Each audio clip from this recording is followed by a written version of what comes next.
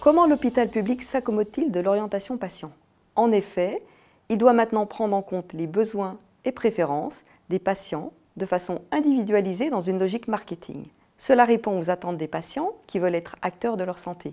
C'est aussi un moyen pour réduire les coûts en transférant une partie des soins aux patients ou à leurs proches. Et pourtant, cette approche suscite des frictions à l'hôpital public où, disons-le franchement, le marketing est un gros mot. Pour étudier ce phénomène, mon co-auteur Patrick Gilbert et moi, nous sommes immergés dans le service hospitalier d'un hôpital public. Nous y avons observé la confrontation des mondes des économies de la grandeur, un courant de pensée développé par Boltanski, Thévenot et Capello. Chacun de ces mondes a sa propre conception d'orientation patient.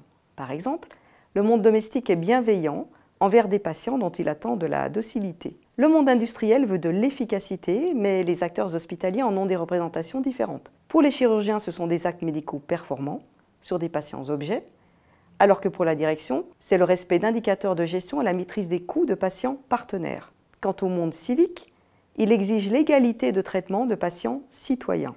Malgré ces divergences, les acteurs arrivent à s'entendre.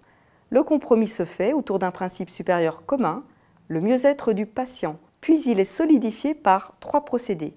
L'ajustement du langage aux différents mondes, l'adaptation des instruments de gestion et la segmentation des espaces par profil de patients mais aussi de soignants. Par exemple, les patients âgés vulnérables sont chouchoutés dans l'unité post-opératoire gériatrique quand les actifs autonomes sont responsabilisés dans l'unité de chirurgie ambulatoire. L'orientation patient s'envisage donc comme un dispositif marketing qui co-construit un sens partagé sans cesse renégocié. Pour prolonger cet équilibre fragile, nous proposons 3 pistes.